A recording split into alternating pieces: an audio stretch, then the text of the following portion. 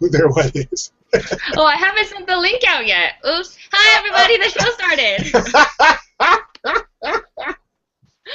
Everybody, this is going to be an interesting night because today is nothing but opinion. Straight up opinion. We're not doing nothing really that has anything to do with empirical data. Oh, no. We're just giving you our opinions tonight. Oh, Don't we do that all the time? Don't we do that all the time? Oh, I'm Jules. Yeah. You're tuned into the Innermix Show, and I've dropped the Hangouts, and there's a reason for that. There's a reason we dropped the Hangouts part of it, but yes, we are the Innermix Show Hangouts for now. But we're actually getting ready to make some really cool moves, and with those cool moves, you know, it's not going to make any sense for people who are listening to us on other networks to hear Innermix Show Hangouts. So we're just back to using the Innermix Show, and so you guys get used to that as we move forward. So you hang out, people can't just claim us as your own anymore. We belong to the world. Wait, what? Yeah. Yes, You know what? we do. We belong to the World Wide Web. No. Yeah, I guess. I was supposed to be like, we were supposed to have me like standing on the ship, and I was supposed to be like this. It's just the budget wouldn't allow that for this show. But we gotta get you a wig for that, though. That would be too expensive. I've had a couple different people talking to me about wigs this week. And really? Yeah, for different things. Well, actually, the comment I exactly heard was, we gotta do something about her wig. Like burn it? But it's not a wig. So anyway, you guys, tonight we are going to be talking about something that, well, we've been just running into a lot lately, but more and more we're finding that people who are in these, and I like to say, quote, unquote, relationships, are in relationships with people that they do not trust. Why is that? I'm just so curious. Why would you go out and be with somebody and call it a happy, healthy relationship, but the people don't trust each other in the relationship? I mean, I've heard the most, you know what? I've heard some dumb stuff like over the last couple of weeks that just makes my mind say, "Where's your mama? Well, you know, where's your mama? You know, where's your daddy? Your daddy needs to go and beat the person that told you that this was okay." Hopefully it wasn't your mama, because then I'm not supporting spousal abuse at all. But damn. Some of the things people do nowadays bring up a lot of questions like, why are you in the relationship you're in? That's the biggest question. And when I posted this question on Yahoo, I got a lot of answers that basically came back as, Wow. Wow.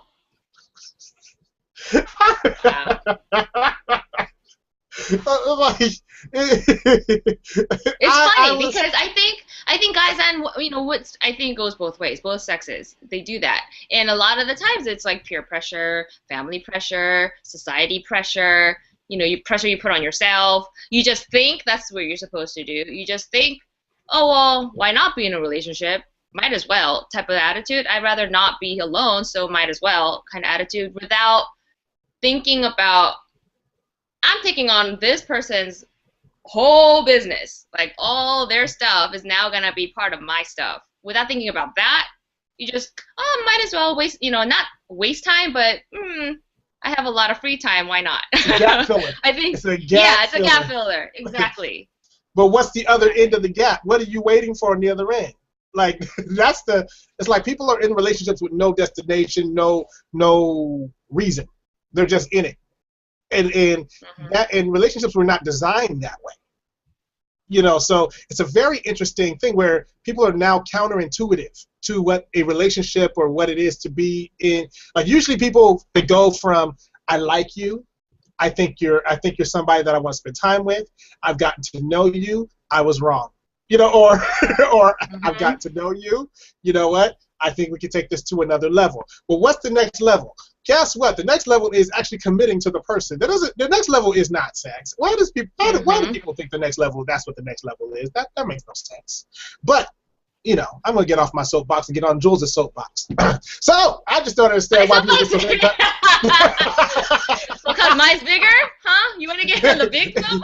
I was about to say because people don't take time to get to know themselves. See, that's the Jules soapbox. Let me get back on my side. That don't make no doggone sense. Like.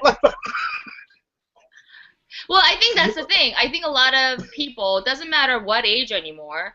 You know, back in the day, it was like, oh, you know, them youngins, you know, their teens and 20s. But no, that don't apply no more. It's like all across the board. It doesn't matter how old you are. As long as you're under 100.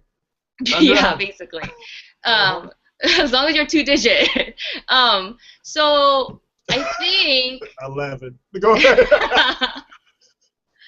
I think people without really focusing on the things that they are looking for, the things that they want, without even figuring that stuff out, they think by dating as many people as possible or just being in relationships, you know, one after the other, that'll help me determine what I like or what I don't like.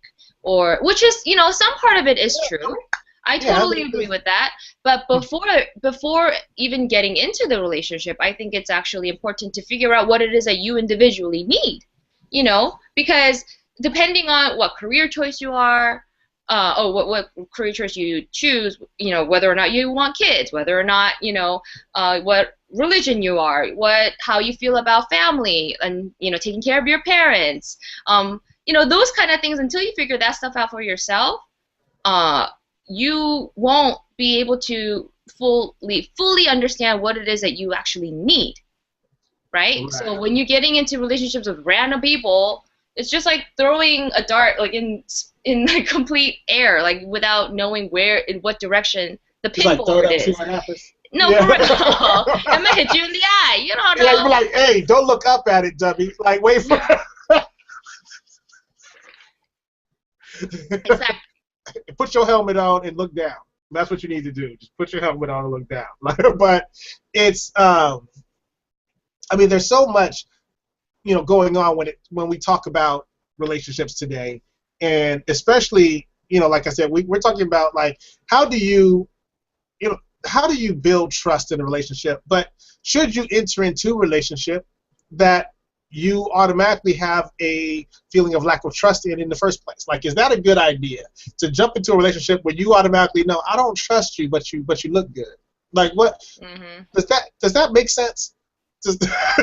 Like, I'm trying to figure out, like, so in the post today, one of the things we asked was, on your top 10 list of, you know, priorities in a relationship, at what number is trust? At what number is trust in your top 10 list? Well, we had some interesting answers, and some people actually realized that it's not even on their list. Oh. Yeah, and it turns out a lot of people say it's not on their list. Is can they provide? Are they good? You know, are they good lovers? Are they good? Are they funny? Are they, like, you had a lot of different things on there, but none of them really amounted to trust. You know, are they creative? Are they? You know, it's a very, remember the old list that we pulled for a very similar topic where people were talking about, like, the top 10 list for what girls look for nowadays. And trust and dependability and stuff like that were like number 8, 9, and 10. Yeah. But, you know, but the things that were at the top of the list were more either sexual in nature or very just the surface stuff. Nothing superficial. Yeah, very superficial stuff. So, so today, I had to look. Well, first off, I had to talk to a couple people because I figured maybe I'm an oddball, because I never wanted to get into a relationship that had no purpose. Now, I have to admit that some of the purposes that I got into relationships for were very, they were dumb. But it was a purpose, nonetheless. No, I remember I started going out with this girl because I didn't want her going out with somebody else because I thought the other person was going to mistreat her. So I agreed to go out with her because she really wanted to go out with me. And I didn't want to go out with her. It's just that but I knew that the other option was a very dirty old man. He was like 20 years older than her and this and the other. Yeah. So I'm like, you know what? So you were the sacrificial lamb. I basically just threw myself on the fire, like, bam, fry me up, you know. And so I went to the relationship with these parameters. Now, mind you, I was in college, first year of college, and my parameters were like this: you and I, we can see each other, we're dating, but if either one of us should happen to find somebody else, this thing is null and void. Mm-hmm. Right? Right? It's an open relationship then. No, because the moment you find somebody else, it's over. Okay. Yeah, there's no coming back. No, that no. So I was hoping that she would find somebody else before I became interested in somebody else. Why? I became interested in somebody else. Well, because I was hoping that. But the funny thing was, I became interested in somebody else in the class that we all had together. So didn't exactly go over the way I thought it was going to, but it turned out that girl was seeing somebody. Then that girl ended up becoming pregnant by the guy she was seeing, who happened to be married to somebody else. Oh. It was I'm like, It's like Telemundo. Yeah. But she wanted to be my friend all of a sudden because she was deciding whether or not she was going to keep the baby, and then she decided that she needed some moral support, in her decision making. Even though really I'm thinking, like, for real, why are you even talking to me now? Like, I'm seeing somebody, It was very. But now she comes useful. Yeah. But this girl was chasing hard, like. Well, this girl, she was chasing hard for when she realized that I was interested in a girl whose name was basically a month in the year. But like her name was actually a month of the year, so it was just interesting. But when the girl found out that I was interested in somebody else, that she felt like, ooh, the competition's on. I have to go and keep you. I have to hold on to you. I'm like, don't chase somebody who doesn't want to be caught. But I told her that. Like, right? I'm like, why are you chasing somebody that doesn't want to be caught? The guy that was trying to take advantage of you and you were like, oh, la, la, la, just wanting attention, he's gone now. He's nowhere in the picture. Find somebody who you can actually vibe with, because you and we can't vibe. We don't vibe well. You're just interested in me. And I said, we can be cool. We can be friends, but we can't be together. And she said, no, you said it till we find somebody else. So you told her your best? Huh? You better tell her that you found somebody else. Yeah, but then she realized that wasn't an option for me, so she felt like the contract was still in place. So I ended up staying with that girl until the summer, that first summer. Now the good part was I had just gotten a deal somewhere around there, so I didn't have time to really spend too much time with her anyway. And to the point where I didn't even tell her I had a deal. I just wasn't around. That's hilarious. I was regaling somebody recently because I had a very long car ride with somebody who made me need to talk so that way I could have an intelligent conversation. No, anyway, so so I know what that's like. I had that recently too.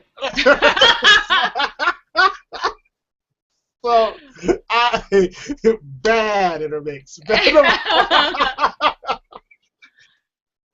But the thing is like, so she, because she had this image of me, basically, oh, you're a goody two shoes, you blah blah blah blah, right? I said no, I was a straight up.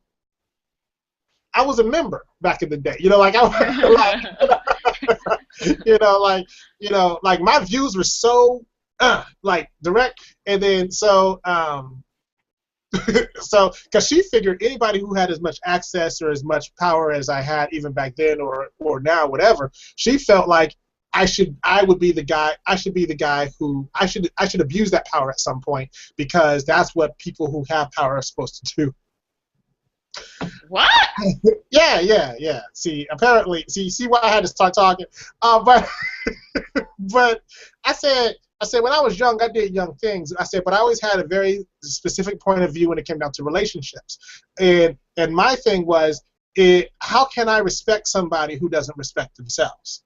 You know, so, you know, she's like, well, you know, she's like me, I respect myself, but at the same time, I know how to have fun. I said, I know how to have fun and respect myself in a way that doesn't lead other people to disrespect me. Mm-hmm. I said, but back then, I said my view was so tight that I excluded anybody that wasn't like me. You know, so now the response I got to that was funny because, like, black people, I was like, you know how sometimes there are times when I just want to open the car door while the car is moving and hope as I roll out the car. But it's not just with that one person. I found that more and more recently.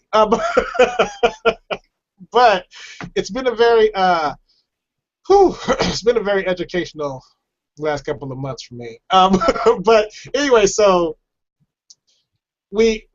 back then I had a very, straight-on view of what I wanted and what I did not want. And even when I got into the relationship with that girl to keep her from dating the guy that was basically trying to use her up, she ended up finding somebody else eventually. She started dating this photographer. So she tells me later on that her and the photographer had become a little intimate. They tried, she's always been very curious, and I wasn't indulging her. So she, decided to play around with the photographer for a while. But then she realized that she'd made a mistake. She wanted to come back, and she really wanted to be with me because she really loved me, blah, blah, blah, blah. I told her that, it's probably not going to work out. And then when she asked me why, I said, well, you spent time with the photographer. You guys decided that you wanted to get to know each other a little more intimately, and he knows you better than I do now in that regard. So there's no sense of me even trying to get to know you in that way. So you should be happy with the dude. Now, she got to clean that up real nice. But the thing is, so she remained friends with the photographer dude and friends with me. Fast forward to 3 years ago, that photographer, that very same guy, ended up doing a test shoot for one of our clients. What a small world. Wow. Interesting. I keep a wicked circle, y'all. I keep a wicked circle. Oh, man. Literally, I'm just watching people like, wow. But anyway, but I always had, so as I got older, I realized I took some of the better parts of the things that I believed and wanted when I was younger and started attaching them to as I matured, as I started to understand more about the world around me. It's funny, I had a very black and white view of certain things. I had a friend when I was in a junior high, and her parents used to sell her for rent money.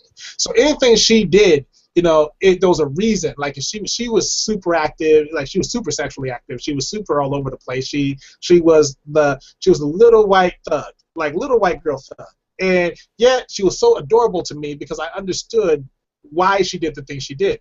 But her stuff was not, oh, let me just go hang out with Johnny because I really think he's hot. Let me get him, stuff. So to me, everything along that line was TV and BS, and then everything that was real life was on this side. And then there was no middle for me, right? Until I met a friend in college, and then I realized, I like her though. She's cool peoples, So if you had to change in order for me to actually make the kind of friends that I have now, to hang out with people that I ended up helping me grow as a person a little bit and all that kind of stuff.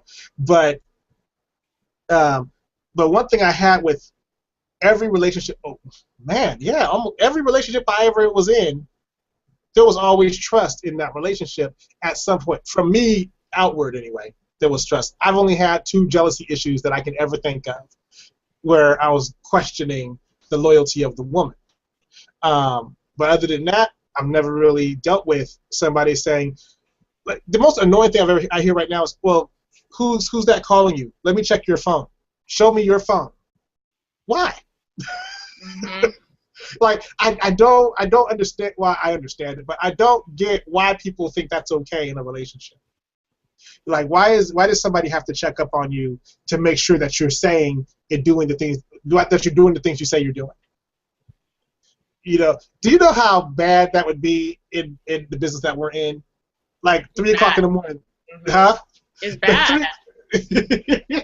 But you know, I have to say though, in my experiences in my past, I've been in relationships where I didn't trust a guy. Did it last long? No. Hence why it broke, you know, why it didn't work out. But I remember what it felt like to be in a relationship where there was no trust or the trust was broken. And, you know, in one of those situations, I already thought I was in love with the guy. The other ones that there was no trust, I didn't really care because there was no emotional bond. There was no, you know, it was just, you know, I was just dating them at the time, you know, like the temporary whatever. I was just figuring stuff out on my own, you know, for myself too.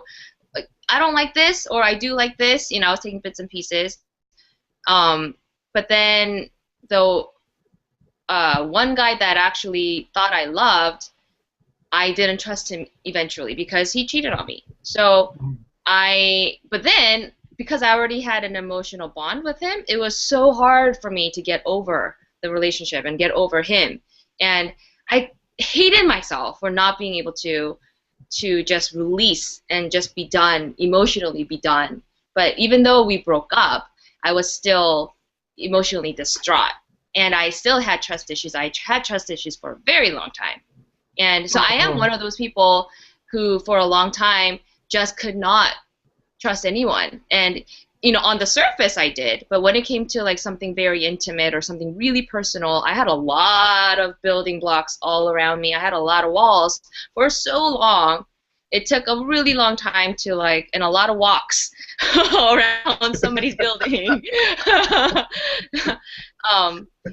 You know, oh, that sounded really weird. No, but I, you know, when I say somebody's building, that's Dion's building, Simply D's building, because, you know, he was, for a while, when I was an artist, he was counseling me as my manager. And so there are many times when we would walk around and talk. That was my therapy, is that we would just talk, because I had a hard time trusting men, particularly because I was hurt so many times in the past.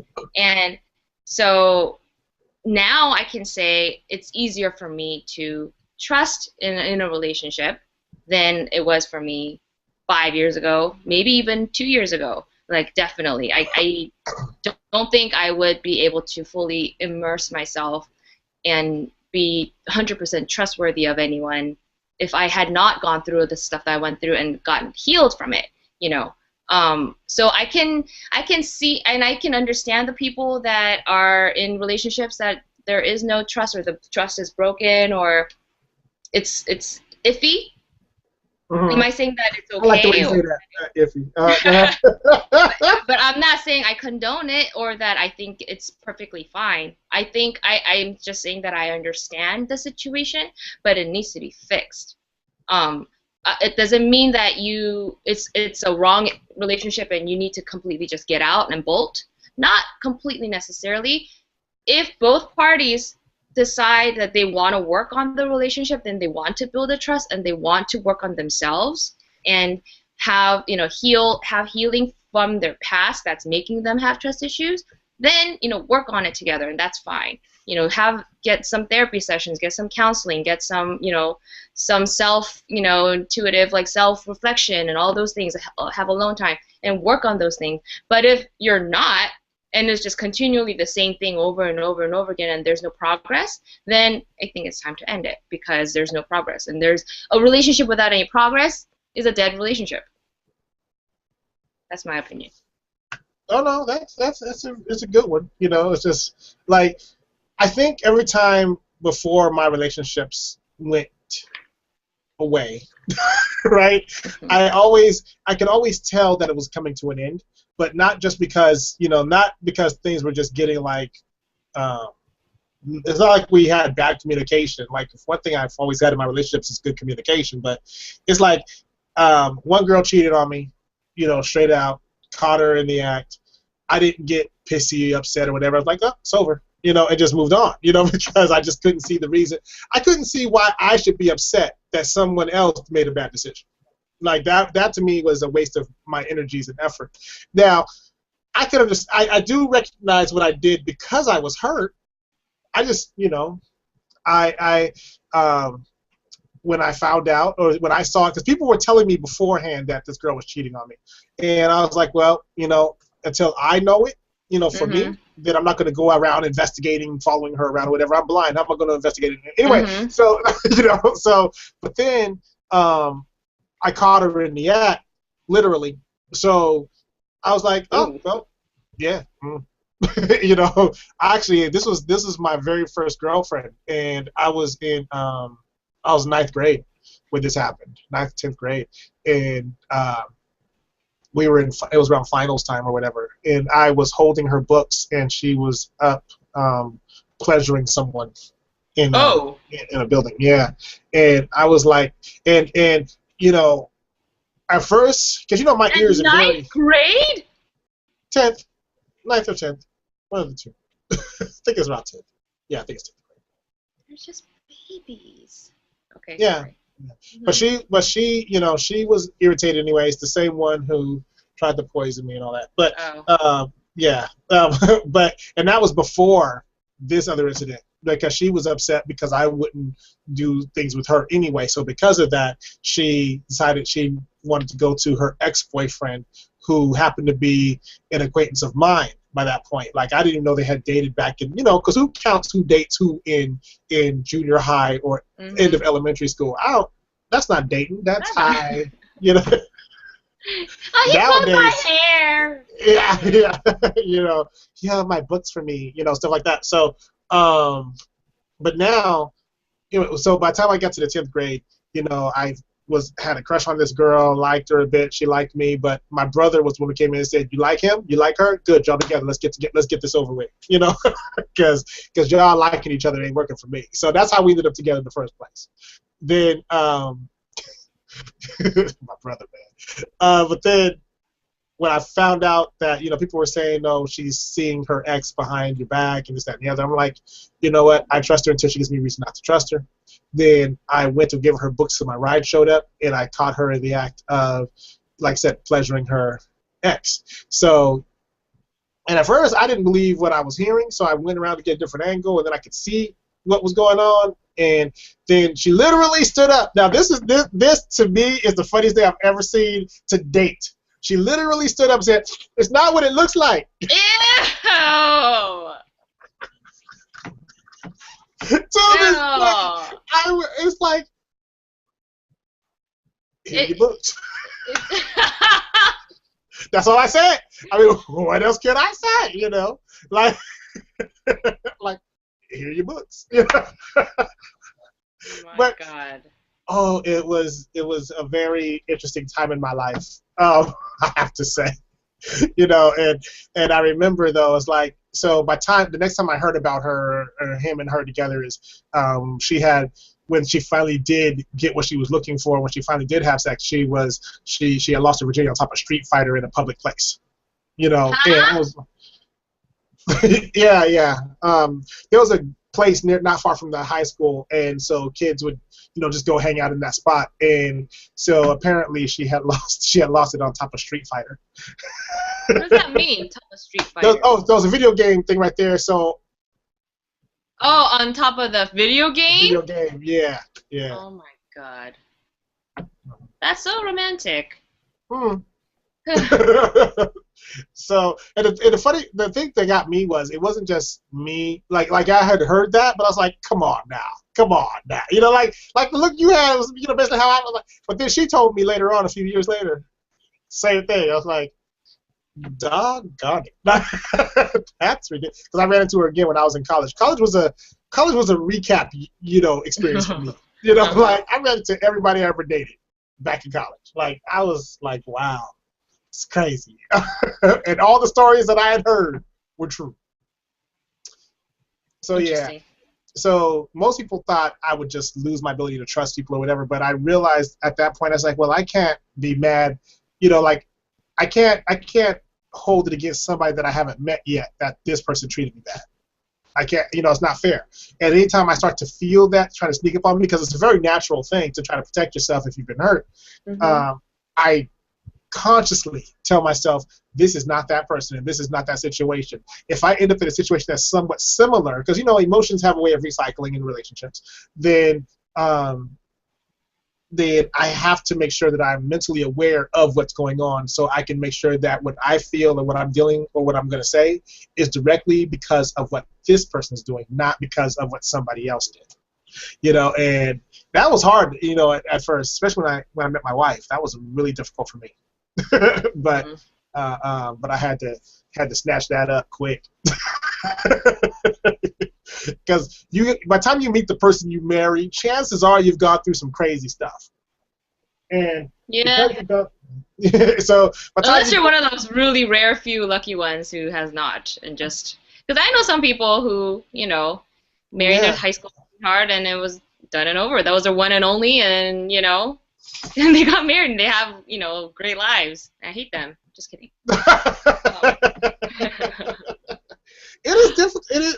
You know, I have to say, like, by time because the other day I found myself trying to purposely remember the emotional ride that I took with each person that I dated or people that I were interested in, because I'm trying to understand the mindset of some of the people that I deal with now.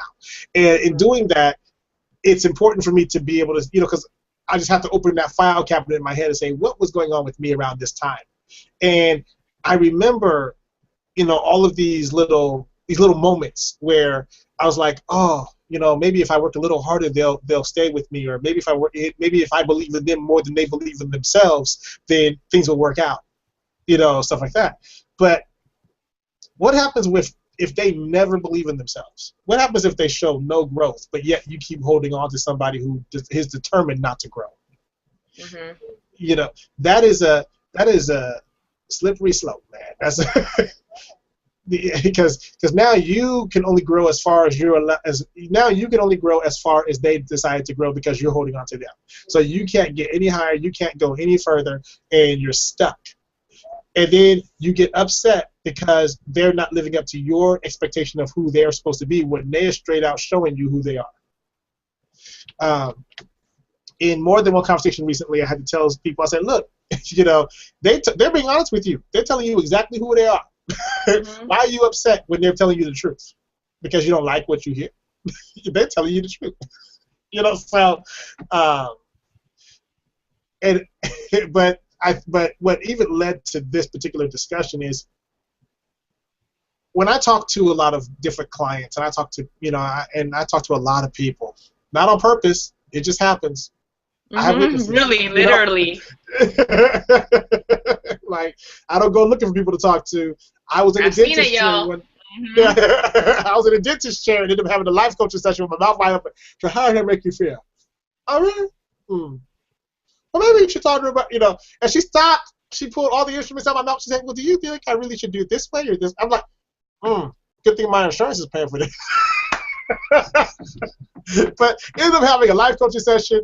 Both times I went to the dentist recently, and now I'm scheduled to talk to family members. So, you know, I'm like, this is a very interesting situation that keeps happening. But I keep talking to these people, and one thing, not in that last thing I told you about, but one thing that keeps coming up when I talk to people in the younger age groups, when I ask the question, do you trust the person that you're saying? Do you trust them?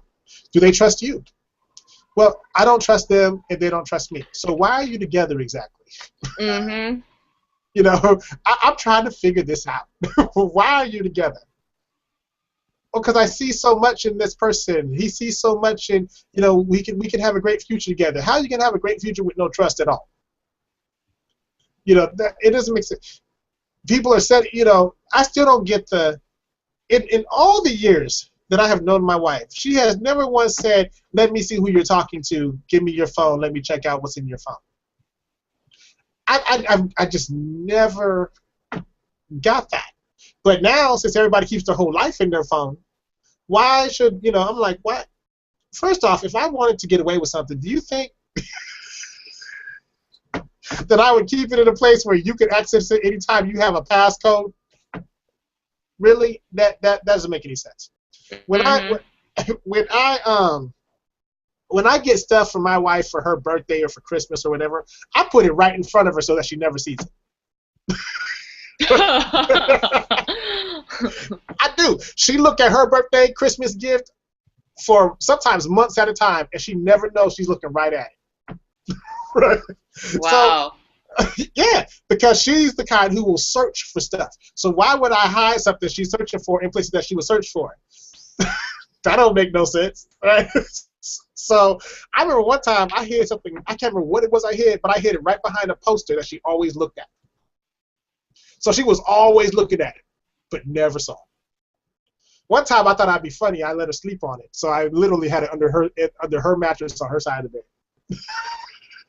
bed.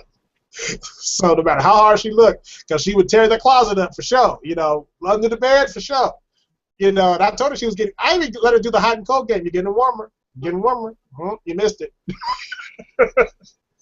But if you're trying to do this whole relationship thing, why would you start off with lack of trust? That, to me, I feel like you should start off with some trust. Like in terms like you should have a trust meter, right? I'm not gonna say trust them with your family, your kid, your finances. No. Start at the midpoint. Where you like, okay, I trust you enough to see the wait and see if you got any sense. I trust you enough to hang out with you for a little while to make sure that you ain't no mass murderer. I trust you enough to know that I'm an adult and I don't need your supervision. You know what I'm saying? Like, but you know what I mean? I think that it stays at that point and never grows. That's the problem. I don't think it's that they don't trust them at all. Otherwise, I don't trust him with my life. Like, I don't trust him when we go somewhere like that. He's gonna kill me. I don't think it's like that these girls or boys, well, women and men are in. I think it's that they have that mid level of trust that they give to everybody, but the problem is that it never grows from that point, which you're supposed to do in a relationship. You're supposed to build the trust even higher, because eventually you two are supposed. The whole purpose of relationship is that you two become one body, that you two become one soul, that you connect with each other so deeply that instead of two entities, you become one. Right? The other you become half of one being. You become so poetic lately. It's like you go to church or something. Thank you. What's going on with you? But you know what I mean? Know what I'm saying? Wait. Come out of my mouth, you know what I'm saying? Yeah. But so for a hot second, you jumped to London and came back. Well, I'm so worldly lately. She went to the UK and then just jumped back real quick. You know what I'm saying? Do you understand me? I can do that all day. Anyway, but that's basically like I don't trust myself. Because the other person is supposed to complete you. So that part that completes you, you're not trusting. That makes no sense. Well, and but that's so I completely agree with what Dee is saying that if there is no building of the trust in the relationship, if there's no growth in the relationship, if there's no progress, then just get out. There's no point. You'd rather might as well just be by yourself at that point, because then you trust you. Right? Here's my hopefully. But really though, chances are, you're not going to treat anybody better than you really treat yourself. You may say that you're going to put them first or whatever, but a lot of times you're not going to let somebody treat you any worse than you already see yourself. In some area, shape, form, or fashion. Because if somebody comes up to you and says, "I'm going to beat you about the head now with this bat," and you're going to say, "Well, you know what? I did that earlier today, so it's okay." Like some people, they have this thing where they hurt themselves because they feel like they deserve not to be happy. They deserve not to have good things. They deserve not to. Like, I have a couple people that I deal with right now who they self-sabotage, and they don't even mean to. They do it very subconsciously because they don't know how to believe that good things can happen to them. So because of it, they spend a lot of time working against what they really want without recognizing that that's what they're really doing, is working against it. And it's a real thing. It's like people who are afraid of success. You know, they want success. They want it with everything that they are, except for the part of them that's afraid of success. So that part of them that's afraid of success always finds a reason that they cannot do. You know, and that always gets in the way. So um, so in relationships, we tend to also do the same thing. Like I recognize that this is not a healthy situation for me. I recognize that they don't trust me and I don't trust them. But who else is going to want me? You know, that's the big thing. And then it's funny the dynamic when you talk to women that are in this position and men that are in this position. Men, they have the, well, who else is going to want me thing, but their thing is, oh well, you know, I'll just figure it out or blah blah, or they go down the road of, now men are very men are very dramatic. You know, if they fell in love with somebody, but at the same time they don't trust the person, but they still swear up and down that they really want to build a life with them. It goes a little something like this, like, oh, but she's just too good for me. You know, I don't even understand why she's even with me. And they're very just beating themselves down. They spend a lot of time beating themselves. I used to be that guy. Just beat themselves down. Just, you know, it's very depressing, really. It's very depressing. Mm-hmm. But then they convince themselves that the moment that they feel free enough to be happy in the relationship, that's the moment that she's going to break their heart. So they're always holding back. They don't know how to give over completely, and you know, until they have some sign of no risk. It's like going to the craps table with loaded dice, but it's okay. The casino's all in with it, you know. So it's a very interesting situation because now every day, like for me, every day was kind of a fight in the relationship to hold on to what I knew I felt, but at the same time to protect myself from the moment that I felt that I truly feel happy is going to be the moment that she's going to break my heart or something. Like I just knew it. It was reality in my head. So men go down that road. Okay, a lot of men, or they go to the, oh well, whatever. You know, it's very that way or the other way. I've very rarely seen it where guys are like, you know, this really hurts, but I'm gonna have to just be okay with that. You know, I'm gonna have to be okay with the pain, and I'm gonna have to just move forward. Like, I don't really see that too much, you know. And maybe once in a blue moon, but I really don't see that too much. That's Dr. Phil after he sees Dr. Phil about his problem.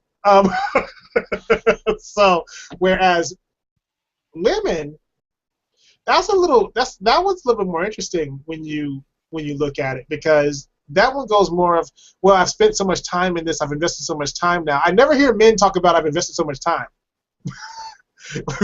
Men say I don't want to waste my time. They usually say that in the first couple of months, especially when they realize they're starting to build feelings for somebody. That's when men start saying, well, I just need to know. Okay, hold on.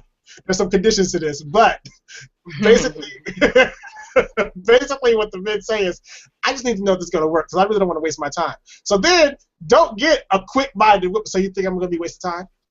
Well, no, I'm just saying I don't want to waste my time. So you need to tell me now if this is going to work or not. How am I supposed to know? We're only here. How am I supposed to tell you what's going to be happening 2 years from now if we're only here today? You know? Exactly. Hush up. Ain't nobody talking to you. But you know, so it's a very interesting thing because in the logical mind of a man, we know it's only today. How are you supposed to tell me what's supposed to happen 3 months from now, let alone 2 years from now, let alone for the rest of our life till death do us part? We understand that. But that don't make no sense because all we know for sure is that you can make a decision today.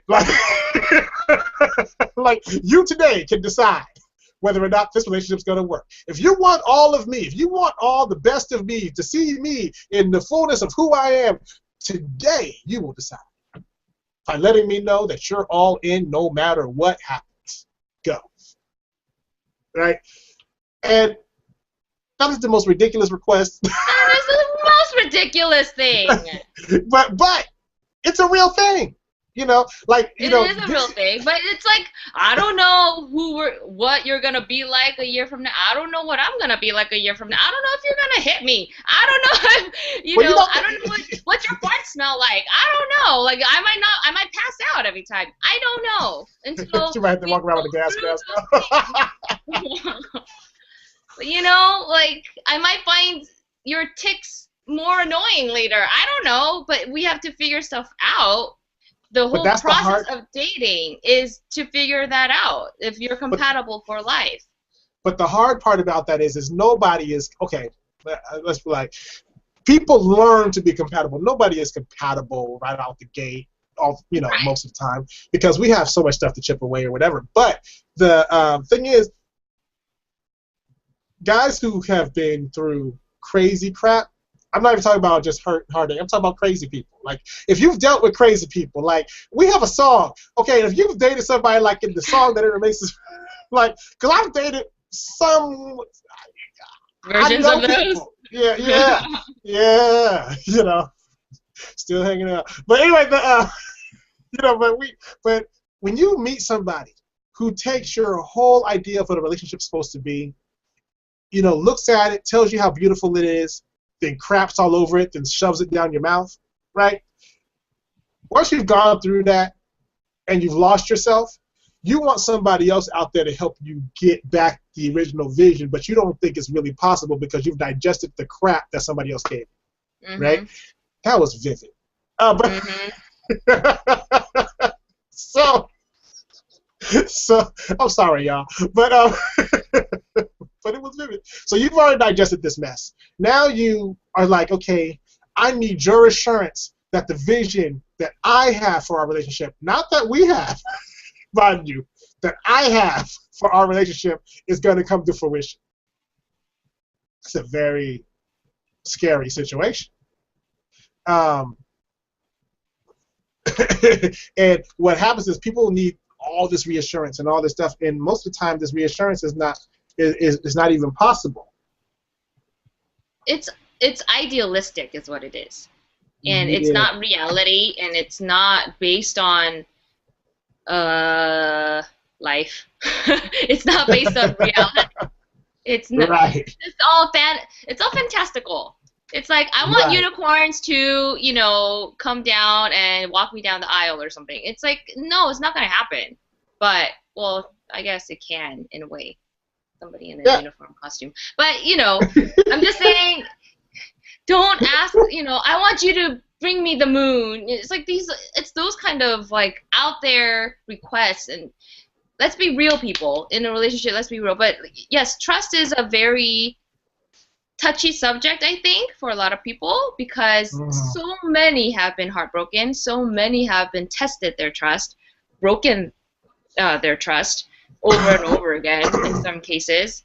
And unfortunately, many people are not strong enough or mature enough or haven't had the aid to really work on those things. Instead of really asking or seeking healing for the hurt, they just cover it up and put it away, throw it under the rug, and just pretend that it never happened, or that they will eventually just get over it, or somebody else will come into the relationship and it'll just go away on its own, and it'll just be a great new relationship just magically happen.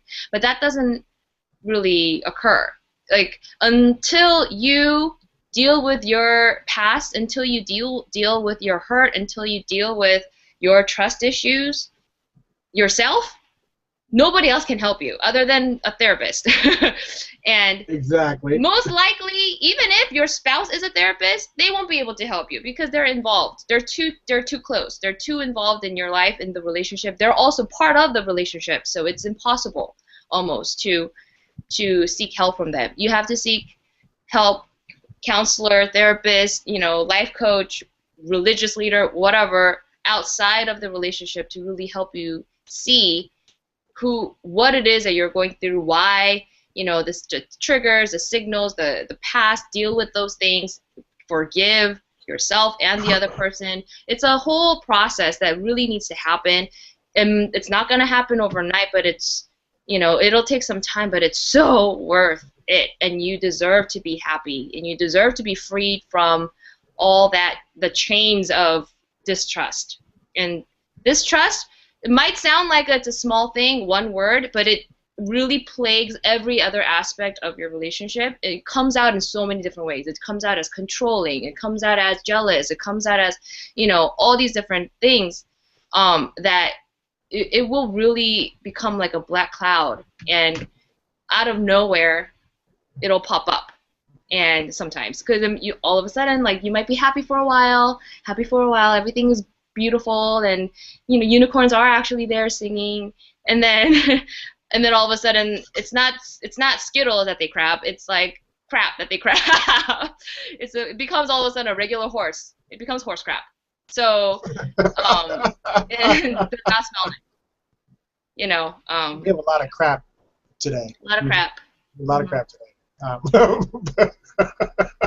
But so I was dealing with this thing over here where someone was asking. I just needed clarification, but someone was asking when it comes down to knowing how much is too much invested time when someone is not trusting you, but you still kind of want to be with them. How do you fix that situation?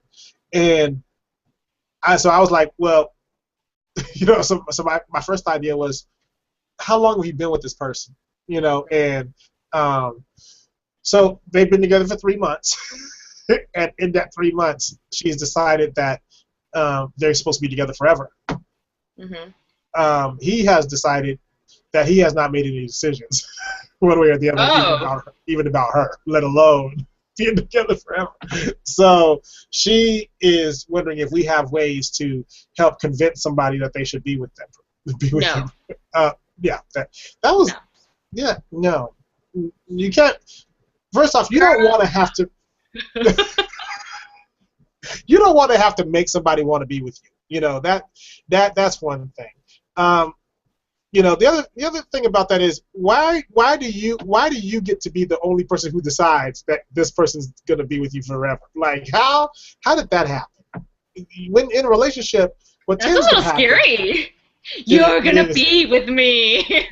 But you'd be surprised how normal that is. Where people have made the decision and they're trying to convince the other person that this is the decision that they should go with. So I'm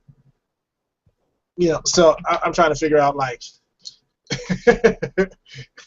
Interesting. Yeah, how they deal with that. I wonder how I would feel if somebody came to me and said, "You need to be with me now, like for the rest of your life." And I'm like, I don't know you. That's scary. No? No, it's scary. It's scary. I'm sorry. I'm looking at, man. We got some interesting Yahoo people. So one of the questions that I'm looking at now is, they want to know if we can go back to the discussion about men and their trust issues with women.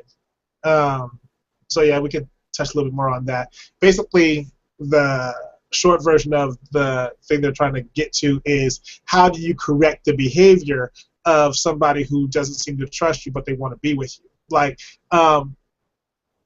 there is no one answer to that, but I can tell you that it begins with communication. In my since y'all seem to be targeting it, brother. In my situation, I just had really good friends who recognized when I was starting to go down a very dark road, and so I got caught. Like, these things got brought up to me before I was really deep into a relationship. So, I do remember the relationship I was in before I was with my wife. I was not the me you see now. My concern was keeping her happy all the time, because I felt like my happiness doesn't matter to her. It matters to me. Basically, my happiness didn't matter. As long as she was happy, then I was good, because I had given up on the idea of actually really being truly happy in a relationship. So therefore, I knew how to be in a relationship, in my mind, because I don't have to be happy. Now, a lot of times, so now I can spot it, because I've been there. I can spot it when a guy is not happy. He's just moving along with the course of relationship. He knows when he's upset. Everybody knows when the guy is upset, because they tend to be more upset than usual. They're more upset about little situations than a normal person, well, a person who has not gone through this crazy level low. These people, like more extremely upset. They get upset. They're more sensitive. They get more upset, and they're not really sure how to convey their feelings. And then at the end, until rational conversation hits, and then you remember how smart these people are because the rational conversation hits, and although they're having a very rational conversation with you, this is what somebody told me once. DL's having a very rational conversation with you, but everything you said didn't make any sense. And I was like, what do you mean? They're like, because the things that you expect don't make any sense because of where you are. And you're asking me to do like, you know, and this wasn't even a romantic situation. They're like, you're asking me to understand something and to just agree with you when I don't agree with you. Mm-hmm. Because what you're asking doesn't make any sense for who I am. Now, if you were talking to somebody who was weaker, and I was like, you know, because she was just straight up like, if you were talking to a weak woman, maybe she'd just agree with you because she likes you. I like you, but I'm not going to agree with you just because I like you. She like, it's because I like you that I'm not going to agree with you, because I'm not going to just, you know, she was a little, she was cool with it though. Like, for some reason I couldn't help but respect the way she came at it, because she's like, most people would lose to a logical discussion with you. She said, but I know that your logical discussion is based on your emotions, so you're automatically going to lose. And but a lot of men who don't know how to deal with their old hurts or their old pains, or they don't see themselves on the same level as the one they're with. And this is the major part, is especially with guys. If we don't see ourselves on the level of the one that we're with because we think they're out of our league, that's where that term kind of comes from anyways, like, oh, she's way out of your league or whatever, but she's decided to come down to your level, right? Some guys really believe that. So because they really believe that, they're more looking up at her like, oh, what can I do for her? How can I do these things for her? How can I impress her? How can I do this? You know, they put her on a little bit of a pedestal, then they get mad because she's on that pedestal. So, because like, well, who the hell they're the one who put them there. Yeah. She's like, well, who does she think she is? She thinks she's just so good or whatever, and I know that she can't be trusted. See, this is how the conversation really goes in people's head. See, first off, you were having a good time. Everything was great. Everybody's communicating, and the first couple of dates are beautiful, right? Then you're like, you know what? I think this could work, right? But as soon as the first inkling of real emotion starts to creep in, all of a sudden, who the hell does she think she is? Because she thinks just because she's beautiful that I'm just gonna do what she wants me to do. You know, and I'm not a punk. I'm not gonna just let her just treat me any kind of way. I mean, it's not like she's doing anything wrong, but she should know how I need to be treated. But we never really talked about this. Well, I told you the stories about my life, and now you should understand me top to bottom, and you should know me. Yeah, blah blah. I'm sorry, I don't even know why I was acting like that. You know, sometimes I just get insecure. Blah. Like it's this really interesting ride that men go on. Now, women do a whole different one. You know, it's a little bit more like that. What I just did sounds a little kind of unstable, a little insane. But females take it to a whole other level. That's the girl we have in the song. But when men, until men get to a level until that personality of the guy gets to a level where he sees himself as somebody worthy to be with this girl, he is constantly fighting the insecurity, constantly fighting the barrage, constantly fighting his view of himself. And then if things are, you know, so men value themselves in a couple different areas. They value themselves in terms of how much money they make, or, you know, how, and then usually it's money, sexual prowess, and very rarely is it about, you know, relationship with God. It's pretty much, what can I give her that will convince her that I'm worthy of her? That's really what it is. And but she chose you. So that's not enough, because she can always change her mind. And since she can always change her mind, you have to drive that. I mean, even like some men who even decide, I want to marry this girl, they walk into that situation with, I want to marry this girl, but even when we get married, is she still going to want me when she's now living with me all the time, or is she going to decide that I'm just not what she really wants, and so she's going to leave? Like, even I had a kind of a version of that, you know, for a while. Like, when I got married, now see, because of the kind of person I am anyway, this kind of worked out a little bit for me, but it doesn't work out for a lot of people. But when I got married, my fear was that because of my snoring, she would just not be able to deal with it, be fed up. So I didn't. So anytime because I worked, I was working graveyard when we got together. So I liked the fact that I didn't have to sleep while she was sleeping. You know, so that way she never had to deal with the snoring thing as much, right? And even though mine was more medical or whatever, I didn't want her to think that, oh, I can't deal with it, boom, whatever.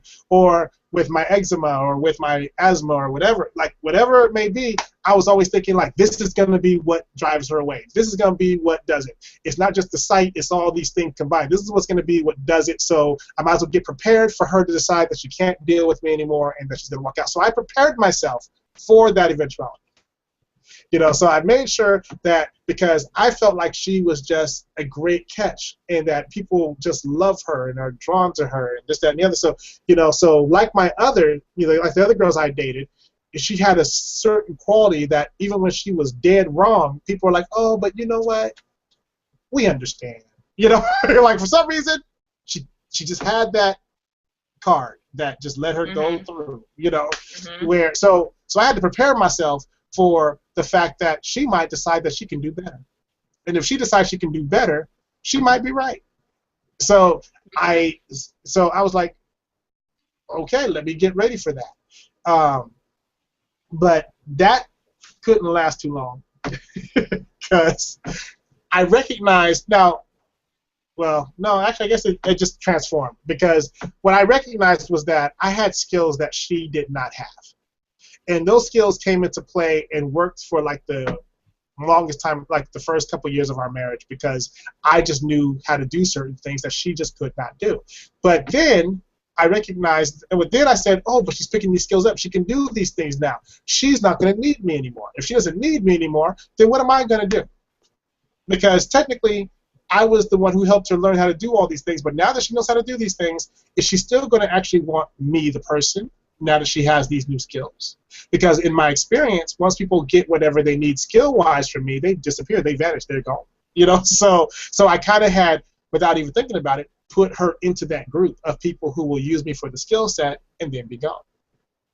And but as men, this is kind of how we're taught. We're taught, if you don't bring this skill to the table, if something happens to you, she can always go out and find somebody else. But we're told this point blank. You know, she can leave you anytime, and because the government and the law is always going to side with her. So no matter what you do, if you don't prove that you're worthy of her, to her, she can just bounce. And she'll find somebody like that. Because she's a woman. See, to me, that is a case of trust issue. Well, yeah, it is. But it's one of those things where, but see, in that situation, you believe that you can trust, like I could trust, back then I could trust that the person I'm with would take care of me, would care, you know, loves me, blah, blah. But the only thing I could not really see, especially back then, I couldn't see the value that she found in me. Like, I didn't understand the value past the skills. And this is what most men look at, is what do you see in me past this? Because when we're together, this is what you primarily need me for. So past this, do you see anything else? You know, and usually in a relationship discussion, men are often telling the woman what they see, but very rarely do men hear from the woman what attracts her to him. So therefore, all he can think of is, it's because I have this, or it's because I know this person, it's because of this, that, and the other, because that's what's promoted most of the time. And I just had this discussion with one of our favorite clients. You know, because because they're getting beat about the head with this kind of stuff. You know, so but men are never really told, this is why I like you. This is what I see in you. You know, and usually if you hear some form of that, it's very superficial. It's very, you know, I like the way you do, you know, I like it when you buy me flowers, or I like it when you take me here, or I like it. So that's where they think it's all that, you know, it's all there. with my wife, after a while, I just asked her, I said, what is that you really see in me past, all the stuff that I do? And, and her response shocked me. She said, well, I don't care about the things you do. she's like, that's cool. That stuff is great. She said, but I love the fact that you actually hear me, that you actually are paying attention to me, that you actually work, that you're actually a leader and not just somebody who follows, and all that kind of stuff. And even though I do those things, I never paid attention to that. I do those things because I thought those things were overlooked.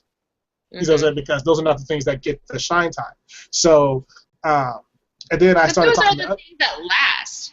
Flowers die. Chocolates, you get eaten and they get pooped out. Like, they don't last. We have to poop today, girl. We have to poop today. Except maybe they last on your thigh, but that's about it. Like, those are the things that are here today, gone tomorrow. But then the qualities that your wife were talking about that she saw in you, those are the things that are day to day, and that those are the things that really matter. Those are the things that leave an impression. They make a mark, and those are the things that I also look for. And it's funny. Sometimes I think I really am a dude inside, because sometimes when we talk about different, hush your mouth. Sometimes the things that we talk about, like our approaches or our responses or our thought processes and whatever, I'm like, hello, total role reversal. Like I think like I'm the one who always says, like, in relationships that like I say these things about you, blah blah blah blah. I actually rarely get it returned back to me. in relationship. It's wow, we really work out well together, girl. No, I see all these things in you, Jules. Oh, I see these things in you, D. Cool. And in California, we're allowed to marry each other, so Never. Hold on, wait, that no, was a we minute. Hold on. I don't get it. Oh, you mean if I was a dude? Said that you're a dude. Yeah. Oh, right. She's slow, but it's cool. I don't have all the appendages, but It would just be a slap fight anyway. It'd be like, bam! Buy one. I could buy Bam! Oh, man. That reminds me of some advice that a manager friend of ours gave an artist that we know. And he basically told her, have you heard of AdamandEve.com? Oh, my God. Why? Why? Because apparently that person has decided to swear off dating for a while, and he said, yeah, okay. I think that's healthy to swear off dating for a while. I think it's a brilliant idea. But brilliant, I tell you. But the thing is like, a lot of times people get into relationships and they don't know how to encourage each other because they never learned how to actually talk to each other. And then, like was just mentioned, one of the things that when some women, and I don't know, there is no one answer to this, y'all. I'm going to tell you that straight up. Because when my wife encourages me, right, it's uplifting, it's great, blah, blah, but not in the beginning. No, it wasn't. Because I didn't believe half the things she said because she sounded like she didn't believe them, or she sounded like she was trying to come up with something as opposed to it just being there. And for some reason, men, and Jules, we're like, if it's real, just say it. If it's not real, don't sit there and try to come up with what to say. Mm-hmm. Just, whatever. So even if the person's just having a hard time phrasing the words, to us, it's like, delay. What, you are not thinking of this all the time? Yeah, like, why you gotta think about it? Memorize. Like, the moment somebody says, it's like singers, like, sing us a song. What do you want me to sing? Why are you asking that question? I just told you to sing a song. I don't care what song you sing. Sing a song. Mm-hmm. And most people go blank. They can't think of what. How does that song start? You were singing it all the way here. But now you can't. You can't. Same thing happens to people when you get. What do you like about me? See, guys, we're trained from early on. And Jules, early on, how, especially if you PK. Now that's a whole other level. You better have something nice to say about somebody. Right, but and never anything negative to say about anything that has to do with your own family. Yeah, but anyway, so we know The moment she asks the question, you are now, first off, you better not answer like you on Jeopardy. Like, do not do that. Is it? Is it? Hold on. I know. It's your butt. Is it your butt? Yeah. No, it's your butt. Wait, phrase like a question. Is that your butt? No. No, but like inexperienced men will answer the question like they on Jeopardy.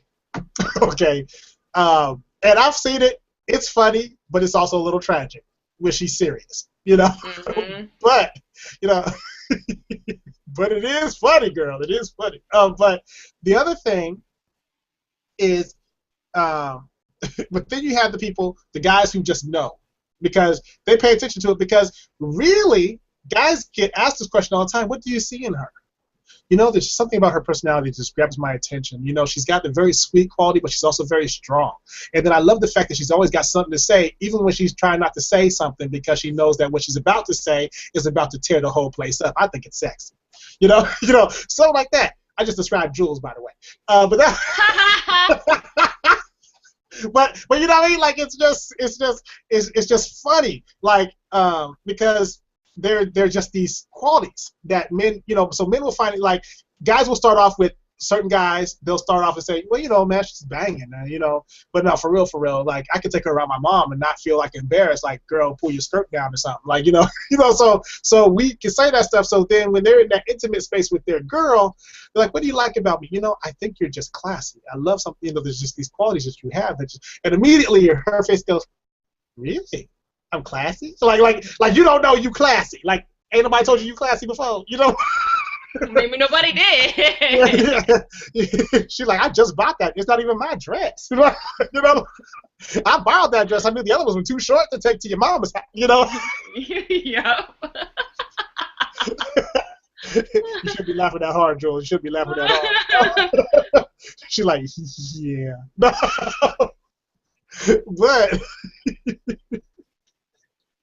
What? Oh, what a picture. But there's this, you know, there's this thing where when women are asked, what do you like about him? You know, it's a very, you don't really hear those quick answers, because you find, especially the more women you talk to, you find that what they're trying to figure out is the right answer to that question. Because I honestly don't know a lot of women who've had to put into words why they like the person they like or why they're with the person they're with. You know, unless they're defending the person when it comes down to family or friends. You just don't know him like I know him. What do you like about him? Well, you know what? I'm not even getting this conversation with you, because you're just gonna take whatever I say and you just gonna turn it around on me. So I'm not even gonna get this conversation with you. We can talk about anything else. We're just not gonna talk about him, because that just seems to be an issue for you. You know, and most people are like, fine, whatever. But when I get that kind of response, I'm like, so you have no idea how to answer this question. But I think that's so interesting that people don't ask themselves, why do I like them? Why do I like him? Why do I like her? Why? That's so interesting that's not one of the first things you ask yourself. No, it's You know not, what I mean? And I would think that, you know, that eventually, especially as you know, how are you going to defend somebody you don't even know why you like them? Like, exactly. You need a slogan, you know? Like, if it don't, wait, no, that's not the right slogan for that one.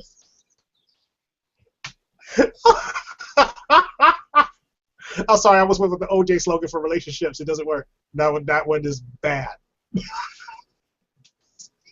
But, you know, in that defense, I do have to say, not to play devil's advocate, but kind of sort of. Because sometimes for me, I will go through emotions without recognizing what that emotion is. You know, at least more so. I did this a lot in the past. Not so much as anymore, or not as often. But in the past, like, I would be, you know, sometimes even going through depression without realizing that I'm depressed. Or, like, sometimes I will be going through... I don't know, complete.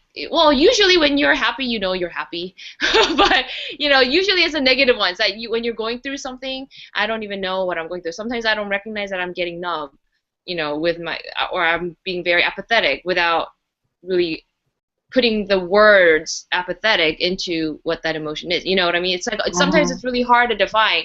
So maybe people just live in the moment or in that emotion without putting words quite into why it is. But sometimes defining that is actually really important, because you can get things misconstrued, or you can completely misread something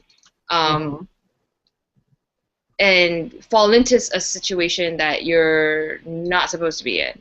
I think, like, what is that? What is that syndrome called again? I forgot. When you fall in love with your captor. Stockholm syndrome. Yeah, the Stockholm syndrome, I think, is a good case in point, that you go through this emotion of, like, you think you like them, or you think you're in love with them, and they're doing whatever, but then when you really ask yourself, why do you like them? The answer is, I should not. Like, there's no reason for me to. And then, so until you actually question yourself in that regard and then really work on the answer, I think you might find yourself. I think it's a good barrier, or it's a good test that you can give yourself on why you're going through what you're going through, or why you're putting yourself in the situation that you're into, and why you're in the relationship. And sometimes answering those things might even deepen the relationship, if it is good, if it is that that you really are in love with him or her and they're good for you. Putting actual words into that emotion, and it'll actually make it more solid that, yes, he is this awesome person. Yes, she is amazing, and she cares for me so deeply, and blah, blah, blah, blah. It's like an affirmation, and it makes the bond even stronger. So it is a really good question to ask. Yeah. So tonight, you guys, we're not going to do our full 2-hour episode, but we are going to answer 3 of your questions real quick, because I like these little intermixed questions at the end. I think they're cute. I think they're fun. And tonight, you guys have cracked me up already. So question 1 is, and by the way, everything we said also applies to friendships. I'm just going to let y'all know that right now, so we don't have to circle back around at the end. And just like your relationships with your romantic interests, relationships with your friends are supposed to grow. They're not supposed to stagnate. They're supposed to become stronger over time. So that's also very important, because like, you may be distant, like distance-wise, because you're not going to always be as close with your friends as you are with the one you're in love with. Because that's a whole different title there. But there is a level of respect and trust that's supposed to grow over time. And even when married couples were surveyed, especially in their first 15 years, a lot of people still say, well, they still actually have deeper conversations with their friends than they do with the ones they're married to. And there's nothing wrong with having a great relationship with your friends. Just make sure that relationship that you have with your friends is not getting in the way of what you're building with the one that you are looking to spend the rest of your life with. Because your friends, most of the time, they've already moved on with their life, to be quite honest, and you're the one trying to hold on to something that you're trying to hold them back. So make sure that when you recognize that your friendship is strong, that you guys are, blah, blah, whatever, that you apply a lot of these other principles. Ask yourself, is this relationship healthy for me? Ask yourself, are you healthy for the relationship in general? It's not always about the other person. Sometimes it's about you and what you bring into the relationship. So we want to knock all that out so that we can answer these questions and leave y'all to an early evening. So. And one more thing I want to add to that is that it's all about balance, because just because you have a girlfriend or a boyfriend does not mean you no longer need your friends. And just because also you have friends does not mean that you don't need a husband or wife, or girlfriend, boyfriend. And like what Dee was saying, that it's not about devoting all your time into one area or the other. It has to be that, because friendships are supposed to be for life, right? just like your marriage is supposed to be for life, a good one anyway, good relationships, good friendships will last you a lifetime, and they will be your ride or die. They will be there through the thick and thin with you. And your friendships are also supposed to grow exponentially like that, just like your marriage is supposed to, or your relationship is supposed to. And so having said that, if you don't devote time into your friendships, just because now you're in a relationship, and you completely negate the fact that your friendships also need to be built and be nurtured, and be put in effort and put in time, then when crap hits the fan, or when you guys get into arguments with your spouse or whatever, like there's no support system, because which is really important especially when you're trying to figure things out. And I'm not talking just random people, but the ones that really care about you and the well-being and your well-being, and they want the best for you as well as for the other person. They want you to be happy. The ones that are always looking out for you will give you sound advice, and will give you, their knowledge on whether or not you take it. That's on your end, and take everything with a grain of salt, because they're also coming from their opinions and their experiences and whatever. But it's so much well-rounded and so much better and so much easier when you have a support system. If your relationship is going through a tough trial, that you are able to talk to your best friends or your circle of trust, and your what did I usually call it? Your inner circle. Inner circle. Mm-hmm. Yeah, and that they emotionally and physically and psychologically, all those things there for you. And it helps to, and I'm not talking about the people who are like, oh, just leave him, oh, just leave her, she ain't good for you, blah, blah, blah, blah, just because you got into a fight. Not necessarily, you know what I'm saying? Well, I'm not talking about one of the best things to do is, if you decide to talk to somebody about your relationship and you want healthy advice, talk to somebody who has a healthy relationship. Exactly. Like if you're hanging around friends who may be part of your inner circle, who might be good for you to talk to about, social issues, government, work, great. But one thing I've learned, okay, and I'm trying to pass this on to y'all.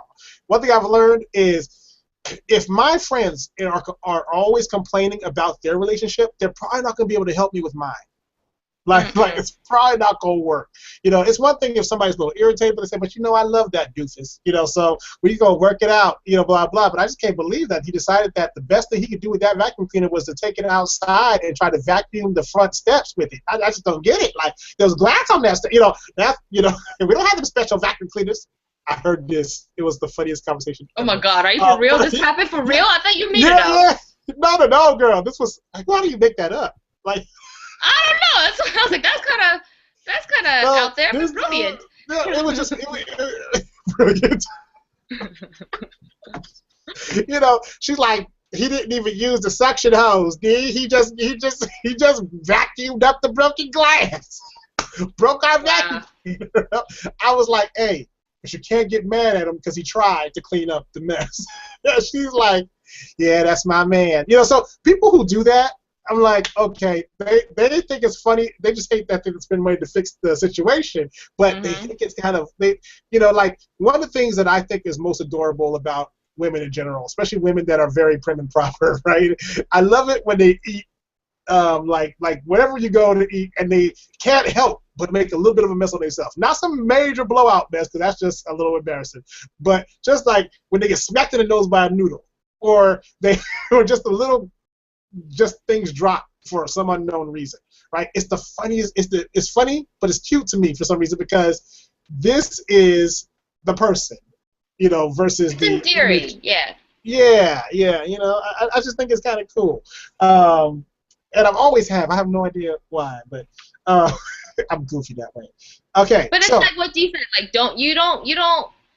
you don't go to somebody who has been divorced 10 times. With marriage advice. Yeah, that's just no. So just like you don't go to somebody who has no kids, how do I raise these kids, right? Yeah, exactly. Yeah, to get childbearing or child raising advice. That just, you don't go to a mechanic and ask them, how do I fix, my tooth? No. So it just don't happen. So just be wise about where you go for sound advice. Yes. Wouldn't that be funny if you went to a mechanic and said, I just pulled that out? Then you go to the dentist and say, I'm going to pull that out. Like the mechanic was right. It charged me way less for it. Okay, so question number one. Jules, on a scale from 1 to 10, where do you 10. put the trust that we have for each other? Yeah, that we have for each other. And what does your 10 consist of when you talk about how like basically, how much do you trust D is the question, and why? Like what qualifies me to be trusted? So, well, no, just kidding. I've known D for now. Think about D. See, go ahead. I'm sorry. 8 years now, has it been? 8. About? Yeah, D's 8. So yeah. So it's pushing almost a decade, and during this time we've and not to say that just because you've known each other for a really, really long time, you automatically trust each other. Hell no. But in our situation, we've gone through a lot of stuff, and individually and also as a group, family stuff, personal stuff, other people's stuff, friends stuff, relationship stuff. We've gone through hell and back on so many different levels, and through every one of those situations, he has always been true. He has always been the same. He has always shown up and shown out, and he's always been supportive and been not changing and not shaken and encouraging and being not only my manager at one point, well, kind of still is. We manage each other, I guess, but not only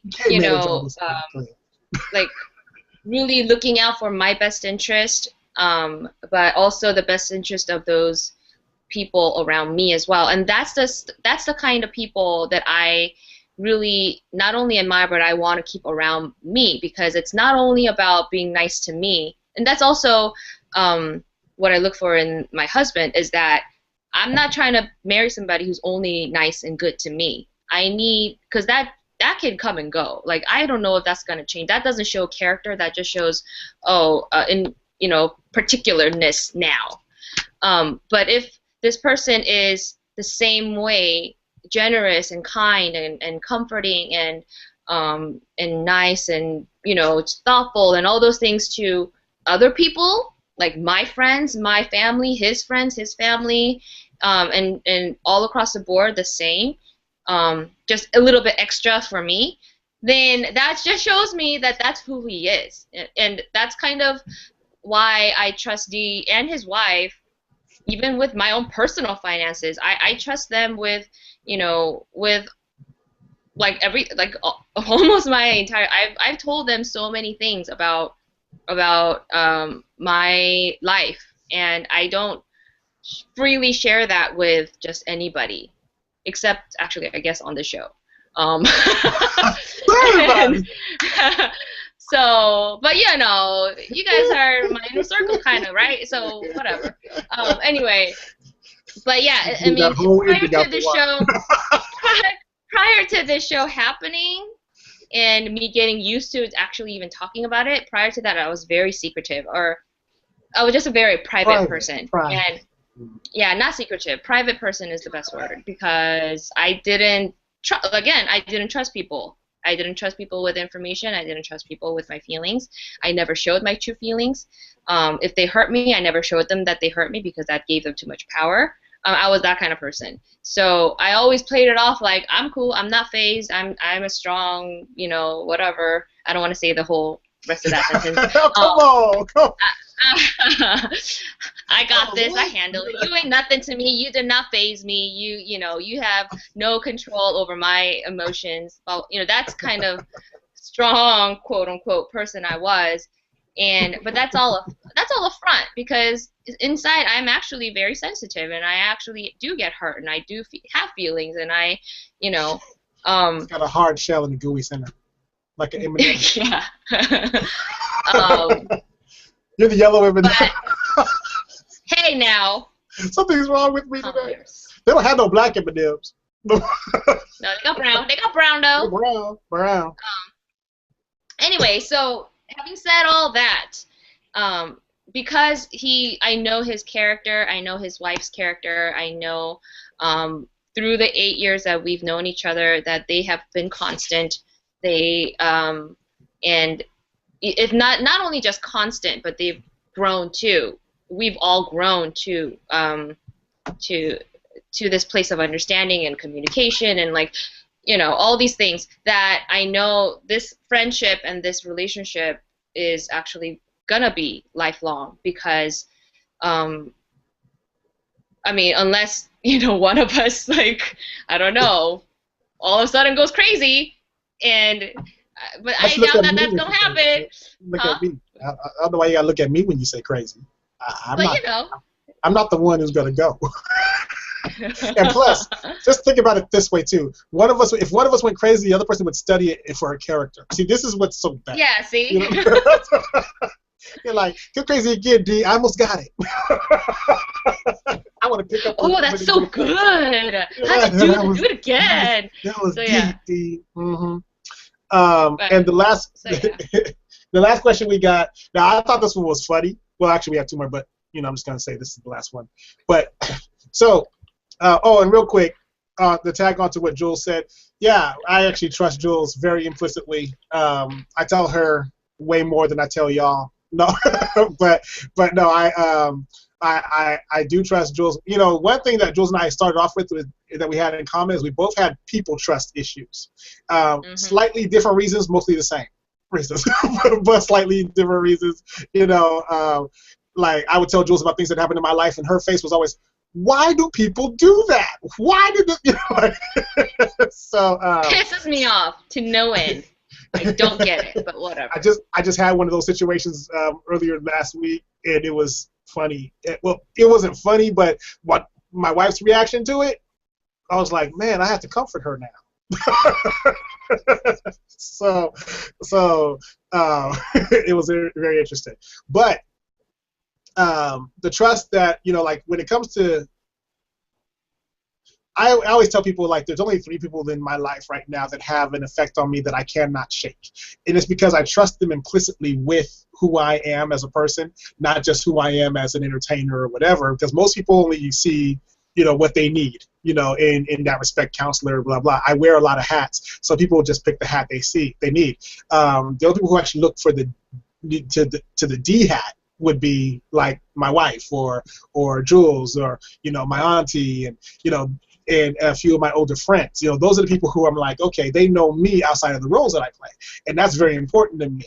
So when it comes down to like people checking on me to see if I'm okay, not to see if the business is doing well, I don't really get calls for that, actually. But but like if but when they want to check on me, these are people who actually check on me to see that I'm okay, that I haven't lost my mind in the middle of all of the stuff that these hats require that I do.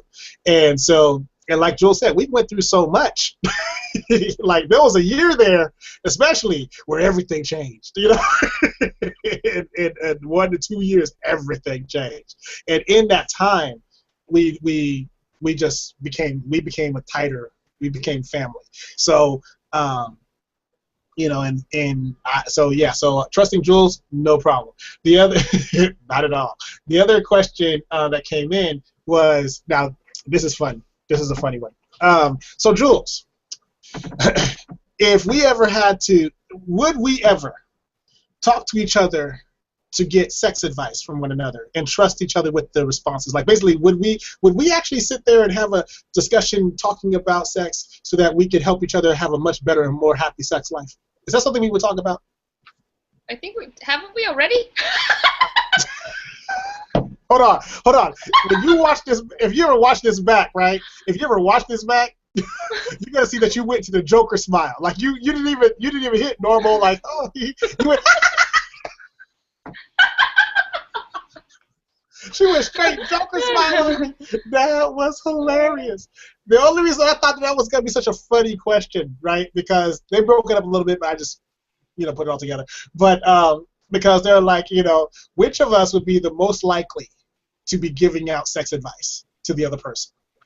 And I thought that was the funniest thing because I'm like, that's a very interesting question.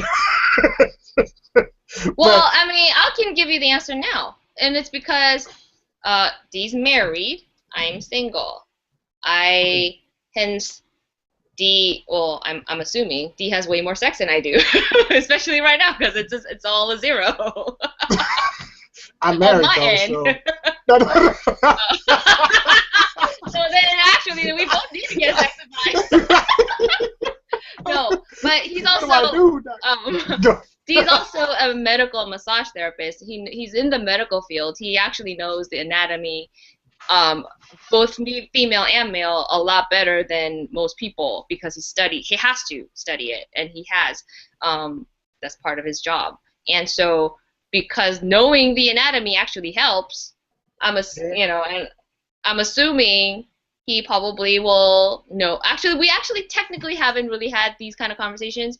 He's mentioned to me that in the future, when I do get married and have a husband, that he will share this knowledge with me. Oh, you remember that? Wow. Yeah, you remember that. I remember that. I have that in my pocket. I have it. That's funny. I tell everybody that. I do tell people that's like, you know what? When you get, we'll come back. We'll revisit these conversations. So yeah, I'm sure it'll happen for sure in the future. It just technically hasn't happened yet, but yeah, the mentioning of the conversation has happened. So there.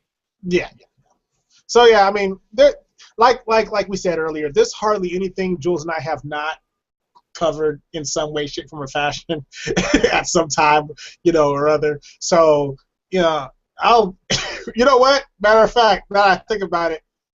Yeah, we've talked about pretty much anything that anybody can talk about because Jules knows things about me that nobody else know, and so on and so forth. That's my buddy over there. It's funny too because someone recently asked me who Jules was to me. It was our little friend. It said, "Well, who is she to you?" And I said, "You know what? That's a good question. I'm going to answer that." And I said, "Jules is my partner. She's one of my best friends in the world, but she's also my little sister.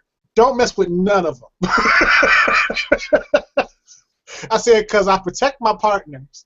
I said, my best friends, come on now. They're like, that's when you've adopted your family, and because that's the family you choose, so your friends. Mm-hmm. And then I said, but then Jules like my little sister. I dare you. You see what I'm saying? Because even if I'm not getting along with my sister at the time, I dare you to try to come at my family. She's like, wow, I thought she was just your artist. I was like, from the moment she came. Yeah. No, I'm like, she hasn't been just my artist since, oh my God, since 6 years ago? When were you just my artist? See, that's the whole thing, is like, because with Jules, I was either all in or there was no way I could just do, I'm just managing you and that's it. There was no way. That was not going to work. This next time might be what I do though. But anyway, you guys, it's been fun. Jules has an appointment to keep. So we're going to just bounce out now. And don't forget, you can find us on Instagram at Innermix360. You can find us on Facebook at Innermix. You got the Twitter. The Twitter. Go on to the Twitter. You can tweet us. Innermix_show. There you go. And then, of course, you got Google Plus, where we are right now.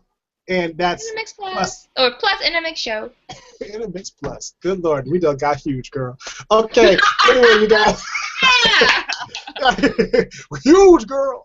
So anyway, you guys, we'll see you next week. We'll be getting back to our discussion on manipulative relationships. We thought we'd give you a little sideline here. And actually, I think we almost have enough questions in our queue to actually do it open for discussion soon. So we'll be doing that sometime either next week or the week after. So anyway, we'll talk to you soon. We love y'all. Thanks for hanging out. Love you. See you next week.